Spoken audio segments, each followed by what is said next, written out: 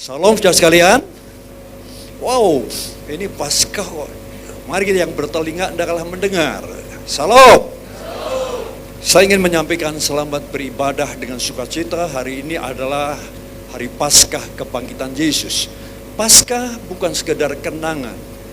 Saudara, karena disebut kenangan lalu lupa.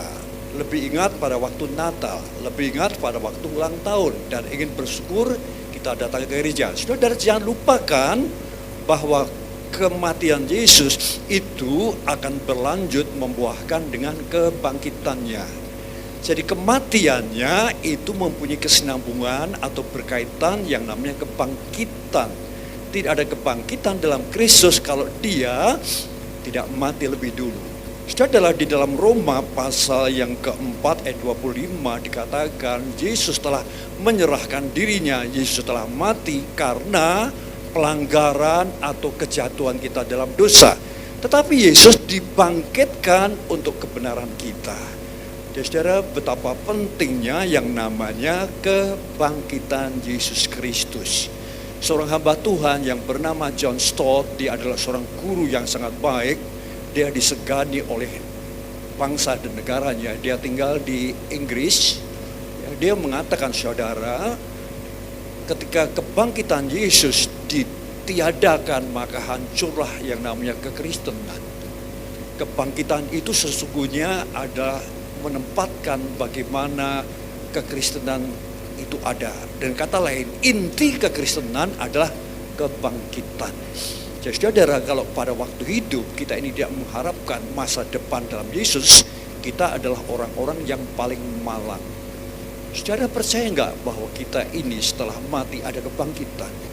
Yang kita harapkan ini adalah kebangkitan kekekalan. Karena itu dikatakan anak manusia datang ke dalam dunia itu untuk menyelamatkan orang berdosa dan memberikan kehidupan kekal. Karena itu saudara, lihat perkara-perkara di atas. Jangan kejar materi, jangan pamer materi, ya. Jangan timbun materi, tetapi timbunlah kebenaran firman Tuhan. Lihat perkara-perkara di atas. Ya, sekali lagi saya ingin tegaskan bahwa Paskah kebangkitan Yesus bukan sebuah kenangan, tetapi adalah kehadiran. Sekali lagi, Paskah kebangkitan Yesus adalah kehadiran. Berarti dia hidup, kubur kosong, membuktikan bahwa dia tidak ada di balik kuburan manapun. Nah, sehubungan dengan ini, saya ingin berbagi kepada firman Tuhan yang merupakan pesan Paskah hari ini tentang mengenal kuasa kebangkitan Yesus. Nah, pesan ini kita temukan di dalam surat Filipi pasal 3 ayat 10 sampai yang ke-11. Saya tahu, saudara juga tahu, setelah saya sebutkan ayat yang kita baca, kita akan segera bangkit berdiri untuk mendengar, ya, untuk memperhatikan dan mempelajari menjadi pelaku firman Tuhan dengan menyambut dengan bangkit berdiri. Ya, sudah tahu. Mari kita membaca bersama-sama dua ayat ini untuk jelasnya. Filipi pasal 3 ayat 10 sampai yang ke-11. Hitungan ketiga, firman Tuhan, 1, 2, 3. Yang ku kehendaki ialah mengenal dia dan kuasa kebangkitannya dan persekutuan dengan penderitaannya, di mana aku menjadi serupa di dalam dia, di dalam kematiannya, supaya aku akhirnya beroleh kebangkitan dari antara orang mati. Silakan duduk kembali, saudara. Ya, kita bisa mengenal Yesus Kristus.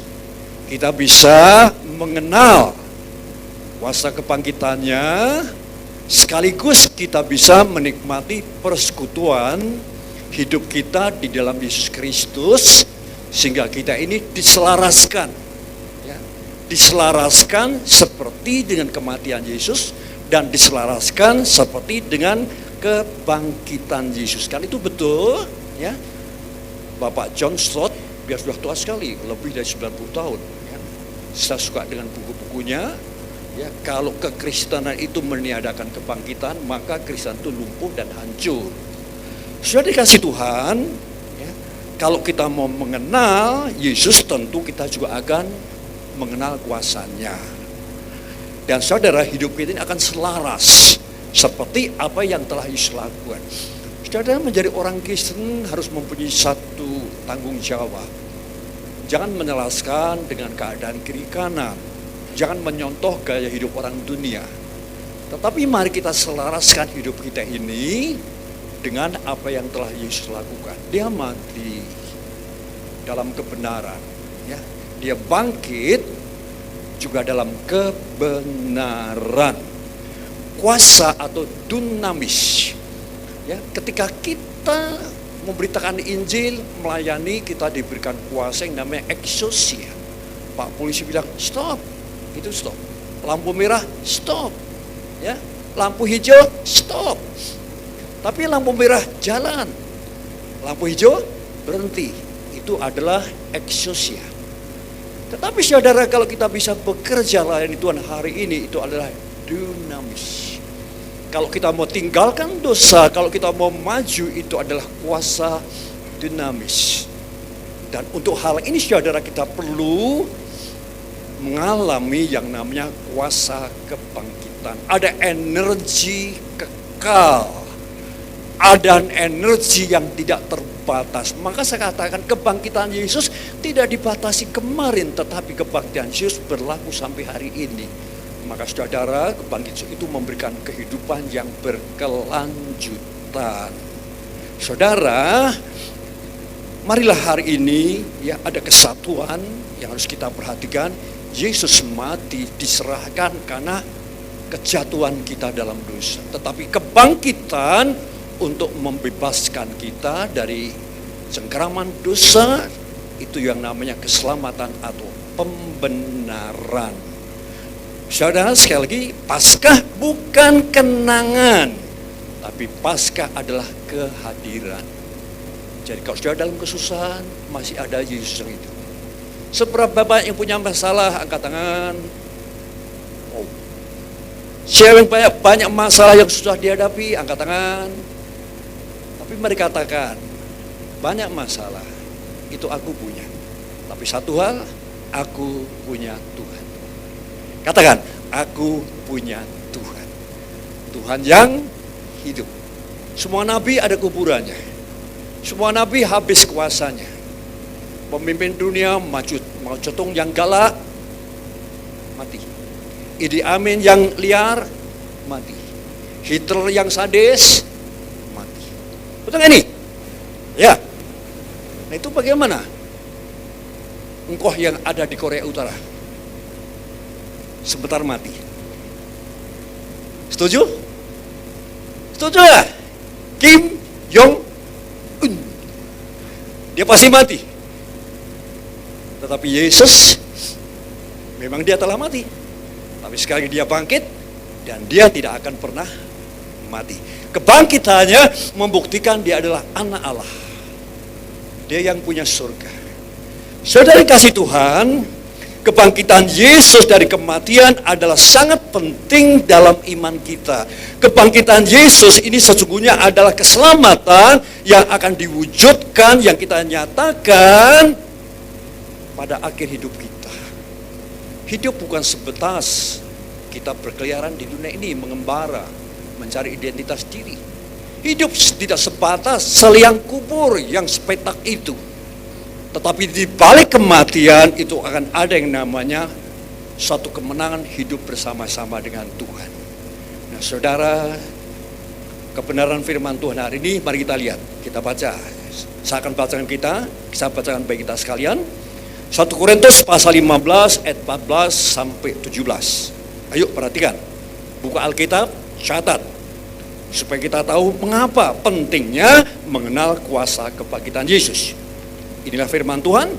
Tetapi andai kata, sekiranya jikalau Kristus tidak dibangkitkan, maka sia-sialah, gak ada gunanya pemberitaan kami, gak ada gunanya saya berkhotbah hari ini, tidak ada gunanya sekolah petamburan dari SP, pendidikan agama. Saya adalah siswa pendidikan agama yang pertama. Esther adalah salah satu murid dari sekolah pendidikan guru. Gak ada gunanya itu diri kalau Yesus tidak bangkit. Ya, sia-sia. Kemudian sia-sialah kepercayaan kamu. Sia-sia kita percaya Yesus. Sia-sia kita bangun gereja. Sia-sia kita menjaga jiwa. Dan sia-sia. Bahkan kemarin banyak orang yang dibaptis di mana-mana, termasuk di sini ada 7 anak-anak muda. Itu sia-sia. Tapi saya mau katakan, itu semua tidak sia-sia. Sebab Yesus telah menang dari kematian. Kita lanjutkan. Lebih daripada itu, kami ternyata berdusta. Dari dulu sejak Paulus katakan, sampai Yesus ajarkan, sampai hari ini, dusta bohong terhadap Allah. Karena tentang dia yaitu Yesus, kami katakan bahwa ia telah membangkitkan Kristus, padahal ia tidak membangkitkannya. Kalau andai kata benar, bahwa orang mati tidak dapat dibangkit, bohong. Persoalannya, percaya nggak saudara tentang bahwa kita mati nanti kita hidup? Atau cukup RIP? Apa itu RIP? No, apa itu RIP? Roh ini penasaran. Roh ini penasaran. Makanya dikirim rumah-rumahan, dikirim pistul-pistulan, dia mantan gangster. Dikirim. Yang lebih ngeri lagi dikirim motor, dibakar di kuburannya. Wah, kurang akal ini. Tapi dibakar semua. Jakarta banyak mobil dibakar semua. Temannya Bu Esther udah 70 lebih, naik motor di lampu merah ngantuk, jatuh kaki pecah. Pendeta bilang, kasih tahu tuh motornya dibakar aja daripada nanti mati. Saya setuju. Saudara kasih Tuhan, hari ini luar biasa. Kalau Yesus itu tidak dibangkitkan, kalau kita nanti tidak ada kebangkitan, berarti nggak ada masa depan. Kemudian ayat 16, sebab jika benar orang mati tidak dapat dibangkitkan, maka Kristus juga tidak dibangkitkan. Pelayanan Yesus 3 kali dia membangkitkan orang mati. Siapa itu yang dibangkitkan? Pertama-tama kematian di rumah.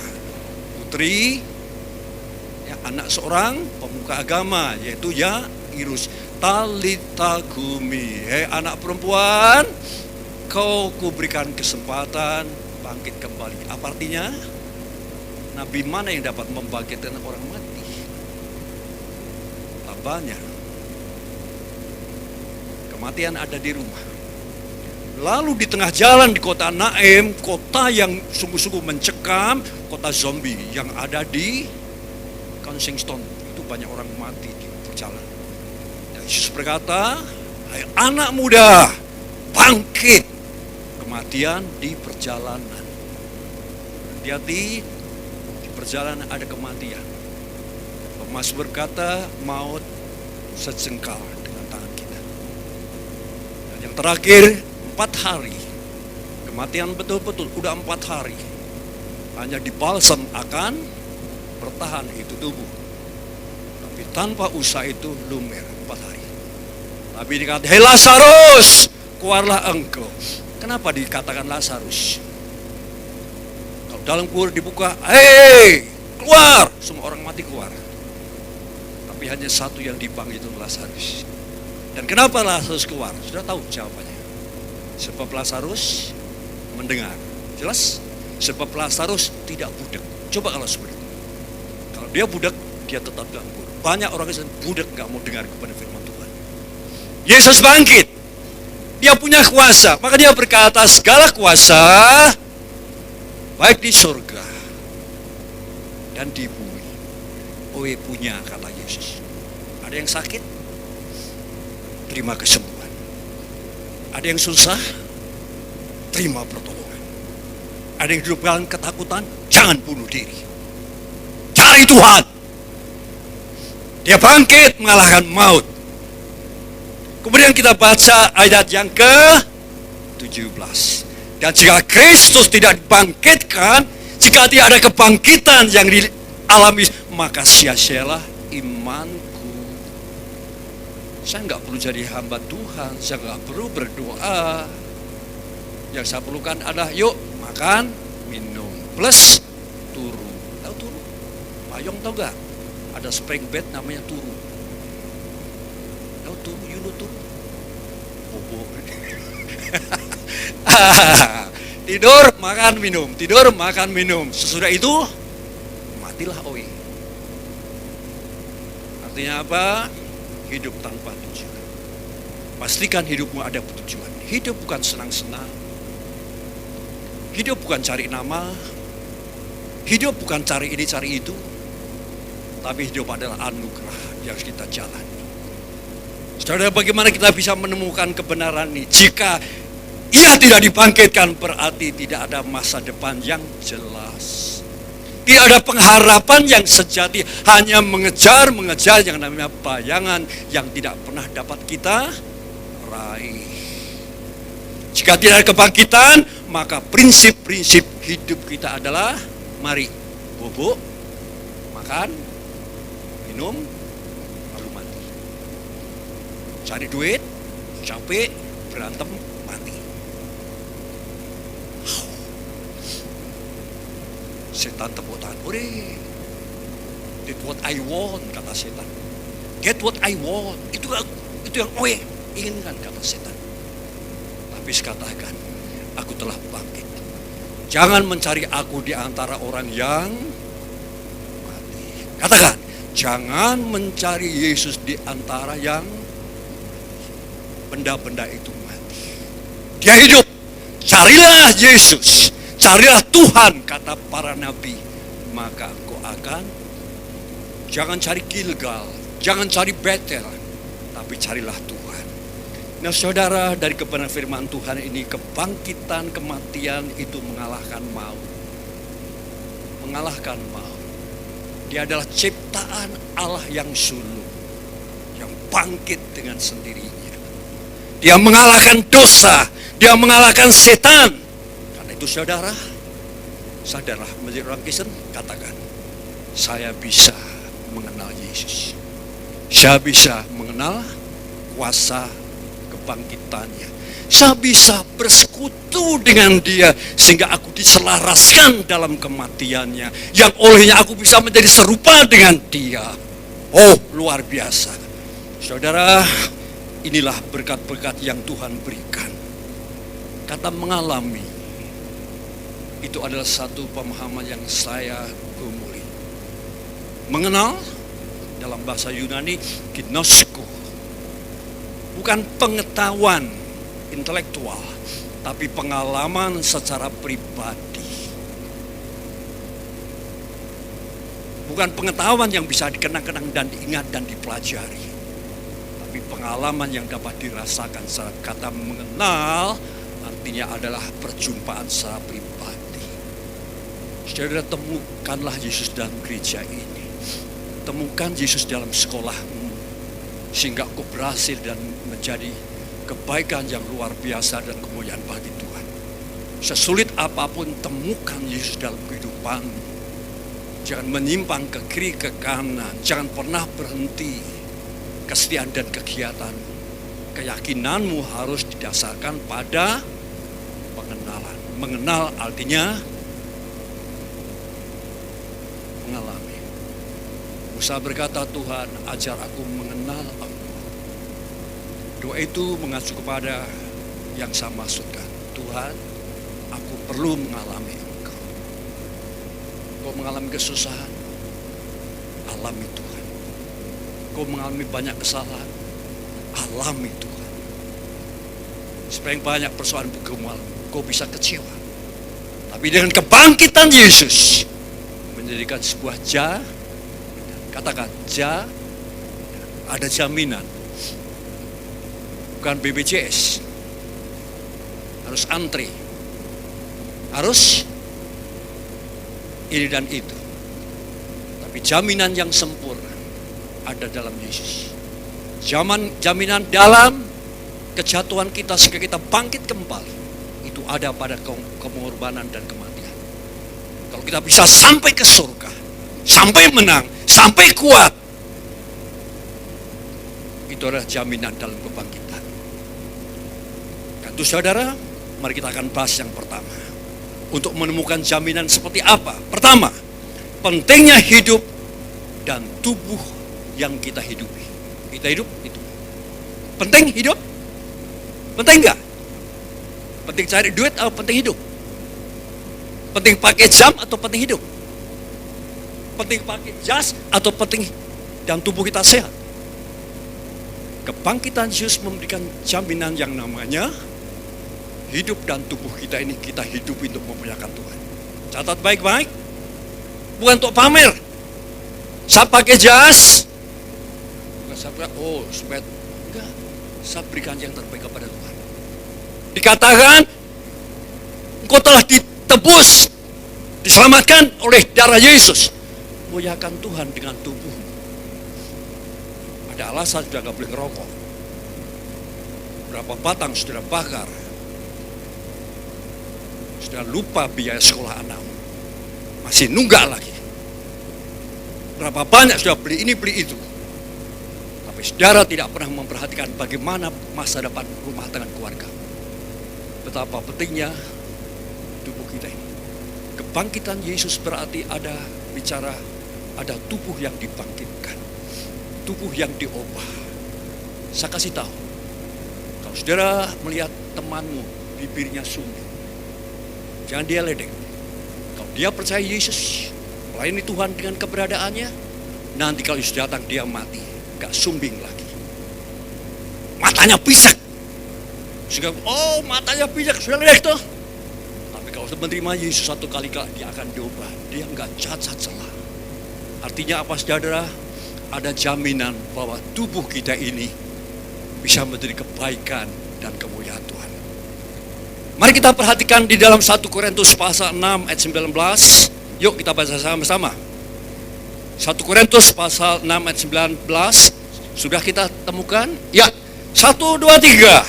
Atau tidak tahukah kamu bahwa tubuhku adalah bait Roh Kudus yang diam di dalam kamu, roh yang kamu terima oleh dari Allah, bahwa kamu bukan milik kamu sendiri lagi. Oh, sejelek-jelek apapun, ini bukan maunya kok. Barangkali kesalahan kita, tapi Tuhan tetap memberikan pertolongan. Tuhan bisa memakai yang tidak berarti menjadi berarti, memakai yang hina menjadi mulia. Kematian dan kebangkitannya membawa kesempurnaan. Tidak tahukah bahwa tubuhmu ditempati Tuhan? Bukankah itu kuasa yang luar biasa? Ini karena kebangkitan. Kebangkitannya mendiakan yang namanya jaminan dalam kuasa Roh Kudus. Tubuh sangat penting. Memanjakan tubuh dalam pengertian yang baik is okay lah. Tetapi memanjakan tubuh untuk dosa adalah bencana. Ingin bibirnya diperlebar, ototnya diperlebar, pahanya dipersempit, hidungnya meler tuh. Padahal sebelum dipermak nggak pernah meler.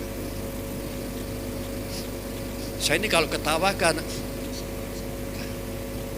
banyak orang terusik. Apalagi kata, oh aduh nggak enak. Maka dilibarkan, udah dilibarin, nggak bisa kan, aja gitu. Udahlah, terimalah dari sananya. Yang penting tubuhin untuk memuliakan Tuhan. Setuju? Udah jalani sampai mati, paling-paling 70 tahun.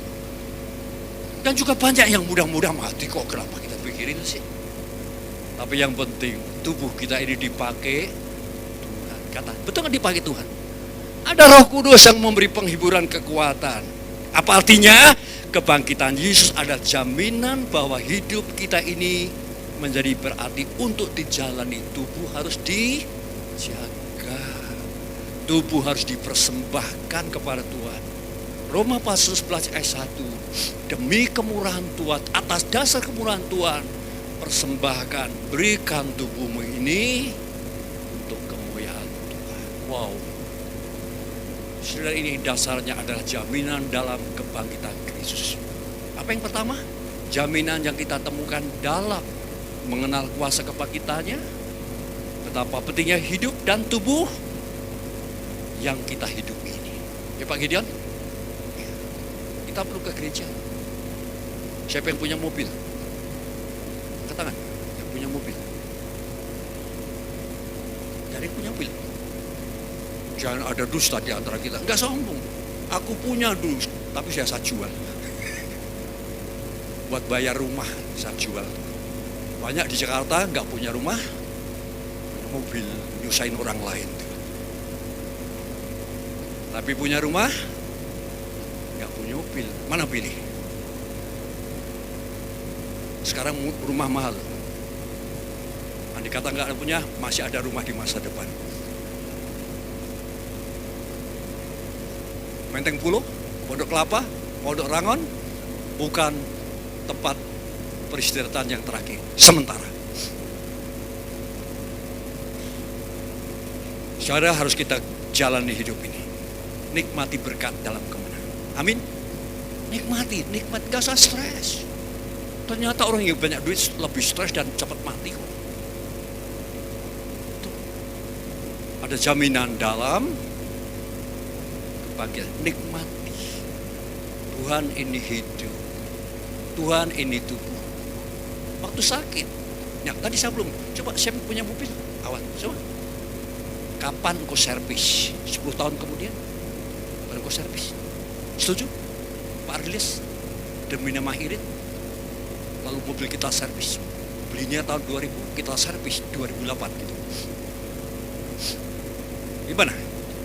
Bu Laura punya mobil, beli tahun 2000, diservis tahun 2008. Gimana? Tolong jawab. Apa-apa? Rusak. Kalau hidupmu tidak mau rusak, serahkan hidupmu kepada Tuhan. Siap? Siap? Dasarnya, aku mengenal Yesus. Aku mengenal kuasa kebangkitan. Dan aku mengalami semua itu. Saya ulangi sekali lagi. Jaminan dalam kuasa kebangkitannya. Betapa pentingnya hidup dan tubuh yang harus kita jalani. Yang kedua juga bersifat jaminan. Pentingnya berjalan atau menjalani hidup yang namanya hidup baru. Yuk kita membaca dalam pasal Roma pasal 6 ayat 4. Baca sama-sama. Roma pasal 6 ayat 4. Ini biasa kita gunakan untuk menjelaskan arti baptisan orang Kristen. Sudah siap? 1, 2, 3. Dengan demikian kita telah dikuburkan bersama-sama dengan siapa? Tuhan Yesus oleh baptisan dalam kematiannya. Saya mau tanya, apa syaratnya orang boleh dikubur? Waktu sekarat? Waktu nggak ada duit, dok tolong dimatiin mesinnya, udah nggak sanggup itu. Wah, itu adalah killing by mercy, pembunuhan dengan anugerah. Atas dasar sudah tidak dapat menghidupkan dada. Euthanasia itu etika situasional, sulit. Nggak dimatiin, nggak punya duit, dimatiin kok menghabisin nyawa orang. Betul ini? Oh, kita dibaptis. Ya, jadi syarat orang apa? Dikubur harus mati. Kalau saudara harus melayani Tuhan, kau harus mati dari dosa. Kalau saudara belum mati, sebentar melayani, sebentar kah? Dikasih tugas pelayanan, sedang main futsal. Mau melayani, wah hebat. Tapi suruh berdoa, gak bisa beres. Harus dibereskan dulu. Harus dipelihara. Kita punya rumah pun harus menyapu rumah kok dari 2 bulan sekali, gimana Bu Nining?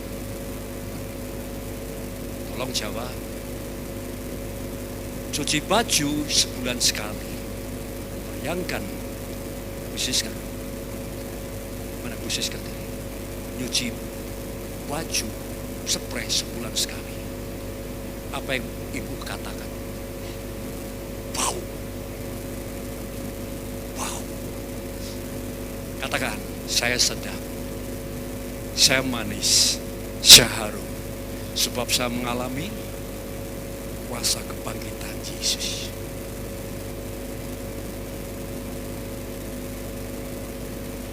Lanjutkan. Supaya sama-sama seperti Kristus yang telah dibangkitkan dari antara orang mati oleh kemuliaan. Demikian kita akan juga hidup atau berjalan sesuai yang Tuhan inginkan. Sesuai dengan pengenalan kita kepada Yesus. Hidup harus berubah. Itu alami, rambut itu botak. Itu alami. Coba bayangkan potretmu pada waktu umur 17 tahun, lalu umur 37 beda enggak? 37 tahun, bedakan dengan 77, apa yang terjadi? Coba saudara buka suara, bro, ya, opok semua itu. Umur 37, oke, masih apa? Minyak wangi.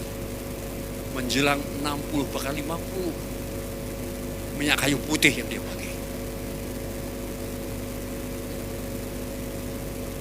Umur 30, temannya banyak, capcay, cendol, rendang, apalagi babi hong, pipa. Umur 57, musuhnya banyak. Makan ini, puyeng kepala, makan ini, stroke. Betul gak, Sen? Betul gak ini?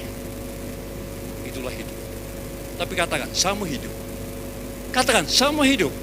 Sama kuat. Sama mengalami Yesus.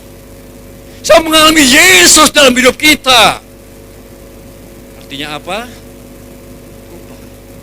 Berjalan. Orang Kristen itu punya tujuan. Saya ini punya tujuan. Berdoa dalam tujuan. Berumah tangga dengan tujuan. Belajar bekerja pun dengan tujuan. Tujuan kita adalah, saya mau katakan, tujuanku dalam Yesus. Tujuanku dalam Yesus. Saudara, itu sebabnya saudara kita tinggalkan cara hidup lama. Kita tinggalkan hidup yang sia-sia. Kebangkitan itu mengimpartasi kuasanya. Diimpartasi. Naaman yang cacat walaupun dia jenderal. Kusta itu membuat dia nilai minus yang sangat besar. Tapi anugerah ketika dia dibenamkan, mati dalam dosanya, dan dia bangkit. Tubuhnya memuliakan Tuhan, dia girangnya luar biasa. Sampai-sampai dia berkata, aku baru tahu kalau di Israel adalah Allah yang dahsyat. Dia bukan sekedar mendengar, tapi perjumpaan secara pribadi. Belajar mulai hari ini, pastikan setiap ke gereja, bahkan di luar gereja, temukan Yesus dalam hidup. Katakan, temukan Yesus dalam hidup. Kau tidak temukan Yesus, kau menikah kacau loh. Bukannya ketemu seorang pahlawan yang hebat, dia punya duit, oke, dia punya mobil hebat, oke. Tapi dia punya perasaan dan tidak punya Yesus, dan kita jadi kacau.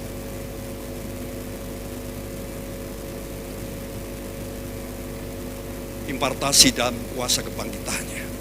Berjalan atau hidup dalam hidup baru adalah proses untuk menjadi serupa seperti Yesus. Sering kita bilang sekarakter. Tapi hari ini saya mau katakan bagaimana hidup kita diselaraskan dengan Kristus. Maka dibangkit dalam kematian sama seperti itu selaras. Dibangkitkan dalam kebangkitan selaras. Kalau nggak selaras, coba kiri kanan. Akhirnya apa? Yang satu gitu, itu nggak selaras. Pasti ketendang. Yang lebih menyedihkan jalannya adalah jalan pocong-pocong. You know pocong-pocong? Gimana pocong-pocong? Gini aja guys. Nah itu memere. Yang memere itu kapan sampainya ke gereja itu? Kalau orang kita gayanya memere, kapan bisa melayani? Kapan bisa menikah? Kapan menjadi orang yang tanggung jawab? Kapan bisa mengambil bagian dalam apa? Langkahnya kenapa? Ke kiri, terus ke kanan, terus ke kiri. Coba di rumah satu hari begitu. Kalau nggak jempor. Tapi nyatanya rohani kita seperti itu kalau mau jujur. Diajak doa ke kiri, alasannya ke kanan. Suruh baca Alkitab ke kiri, ke kanan. Disuruh minta baptisan sebab dia harus berubah ke kiri, ke kanan. Kapan ambil putusan lempeng. Saudara mengetahui diri saudara ya? Masih mau bocor-bocor? Bukan sekedar bocor-bocor. Tapi menarilah dalam hadirat Allah. Jangan mau mere. Sudah saatnya untuk bangkit. Pentingnya berjalan dalam hidup baru. Itu hanya bisa terjadi kalau kita mengalami kuasa kebangkitan. Betapa hebatnya kuasanya itu. Energi yang terus menerus. Selalu powerful. Wow. Efesus pasal 1 ayat 19 sampai 20. Sudah akan kagum. Aku maju karena betapa hebatnya. Yang memotivasi, mendorong, betapa hebatnya, mendorong untuk cari Tuhan. Untuk berdoa dengan sungguh-sungguh.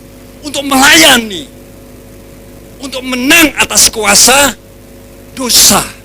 Untuk menang atas kuasa maut.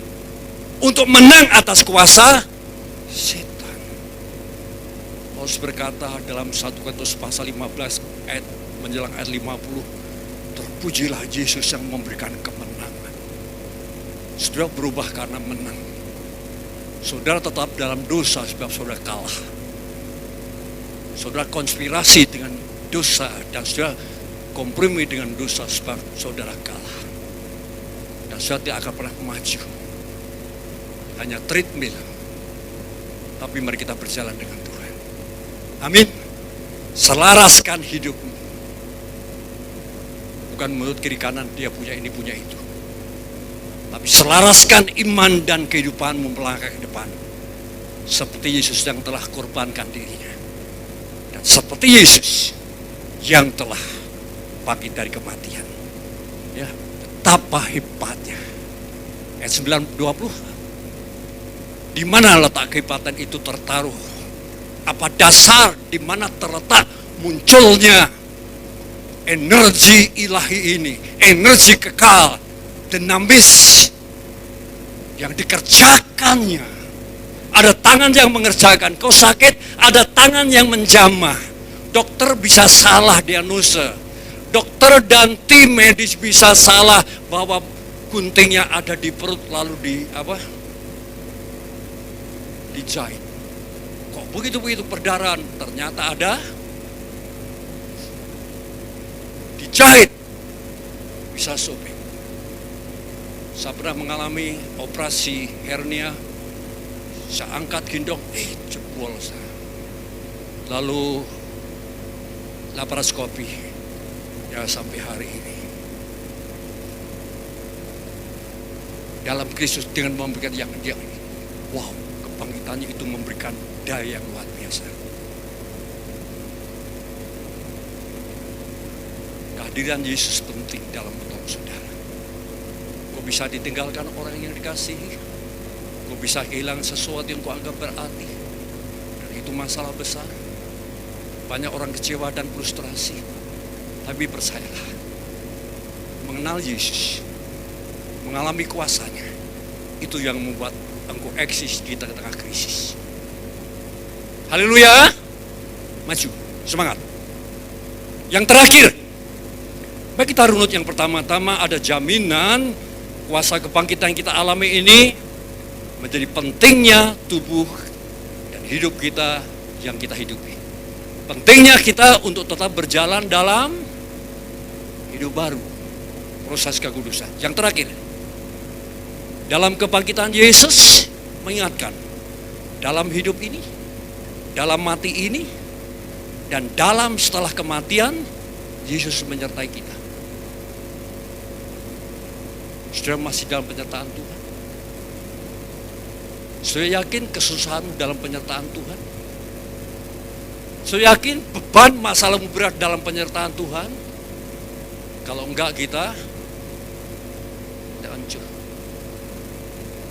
Hidupmu dalam penyertaan Tuhan. Kematianmu dalam penyertaan Tuhan. Setelah kematian pun dalam penyertaan Tuhan. Saya kenal tuh Alain Delon. Tampan, Dia punya produk-produk branding dan nama Alain Delon. Dia bilang, tolong aku mau mati, tolong bantu aku mati. Susahnya bukan main.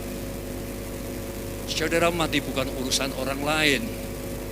Mati bukan urusanku, tapi katakan, mati itu adalah urusan Tuhan. Sebab Tuhanlah yang punya hidup, dan pasti Tuhan yang tahu akan kematian kita. Saudara, kita baca yang keras, Matius pasal 28 ayat 20. Bagian B saja, dan ketahuilah. Sudah ditayangkan? Ya, dan ketahui. 1, 2, 3. Dan ketahuilah, aku menyertai engkau, atau kamu, senantiasa sampai. Sama katakan, ya Tuhan, saya tahu engkau menyertai aku selama-lamanya. Ya Tuhan, aku tahu kehidupanmu itu setia. Itu gak perlu cemas sekali lagi, gak perlu khawatir, gak perlu jalan pintas. Mari tetap setia dan beriman kepada Tuhan. Tuhan tidak pernah tinggalkan kita. Barangkali manusia yang sekat apapun, yang sebaik apapun bisa mengecewakan karena berubah sikapnya dari kita. Tapi sampai selama-lamanya, sampai kesudahan Allah. Dan ini benar. Ranjang kematian akan kita hadapi. Voltaire, seorang sastrawan, sendikawan yang ada di Prancis, dia berkata, dalam waktu 30 tahun ini Alkitab akan masuk museum. Tetapi dia punya rumah mewah menjadi lembaga Alkitab. Jangan sombong. Apa yang disombongkan sih? Jangan sombong tentang kedudukan, jangan sombong tentang status. Jangan sombong, saudara itu orang apa? Apa sih yang disombongkan? Kalau saudara mau membanggakan, katakan, aku bangga karena punya Yesus yang luar biasa. Aku bangga karena Yesus mengorbankan, menyerahkan dirinya supaya aku tidak dikatakan sebagai orang berdosa dan pelanggaranku itu diperhitungkan. Aku bangga karena Yesus mati supaya aku hidup dalam kebenaran. Inilah janji dan bukti Yesus setia menyertai kita hingga selamanya. Benar? Benar? Jangan berkatakan saya sendiri. Jangan berkata datang gereja kok enggak ada orang. Kok sepi? Banyak orang. Apa bedanya? Sedikit orang. Pada sedikit orang ada Tuhan. Pada banyak orang mengabaikan Tuhan. Mana yang sudah pilih? Pada sedikit orang, 2-3 orang berkumpul, kata Pak Ucok tempo hari. Ini ada bapak, ibu, dan anak dalam penafsirannya. Lalu banyak orang sambil pegang nasi bungkus. Semangat, galak. Tapi dia ada Tuhan. Mana yang sudah pilih? Hanya orang yang berakal sehat dan waras. Dalam salam sadar. Kata Kaci itu, aku tetap dalam penyertaan Tuhan. Saudara, kita akan mati dalam Yesus.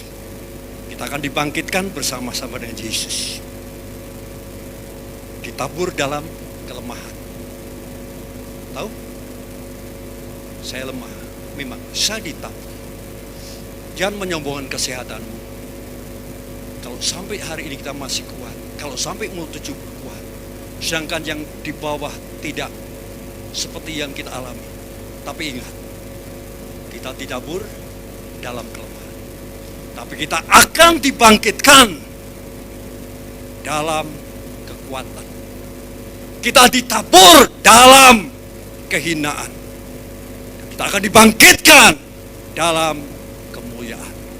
Kita ditabur adalah tubuh rohani, tapi dibangkitkan adalah tubuh rohani. Alami menjadi rohani. Sebagai penutup dalam khotbah hari ini, kebangkitan memberikan jaminan kepada saya dan saudara untuk hidup Seperti yang Tuhan inginkan, berikanlah hidup kita untuk Tuhan. Mari kita mengerjakan pekerjaan Tuhan dan kasih dan kuasa-Nya sampai Tuhan menjemput kita. Jangan pernah bosan. Jangan pernah enggan. Katakan, tidak boleh enggan. Katakan, tidak boleh enggan. Katakan, tidak boleh enggan. Roh kita harus, kerajinan kita, roh kita tetap, dan melayani Tuhan. Mengakhiri pesan firman Tuhan hari ini, mari kita berdiri. Saya percaya kita akan mengenal kuasa kebangkitan. Apa manfaatnya? Mari kita buka, kita baca bersama-sama supaya terakhir.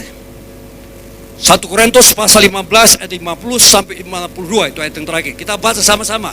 Singer dan WL boleh maju. Sudah siap? Ini sebagai kesimpulan. Baca 1 Korintus pasal 15 ayat 50 sampai 52. Sudah siap? Ya, baca yang keras. 1, 2, 3.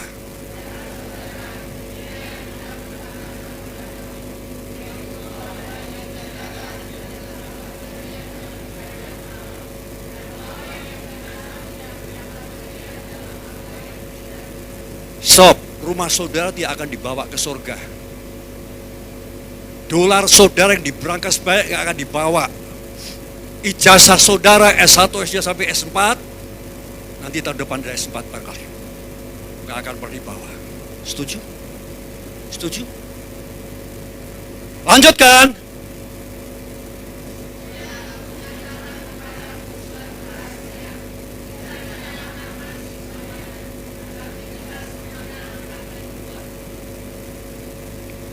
Berdua.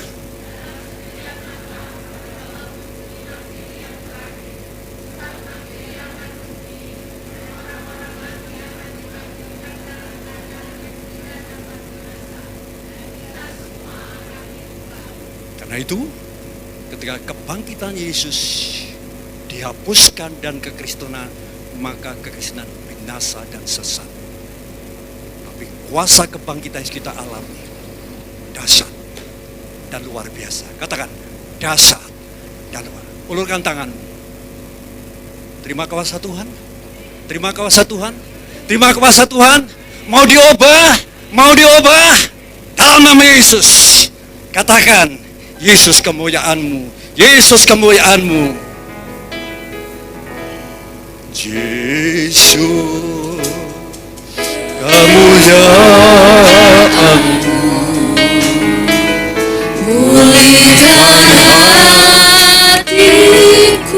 Nyanyi, katakan Yesus kemuliaan.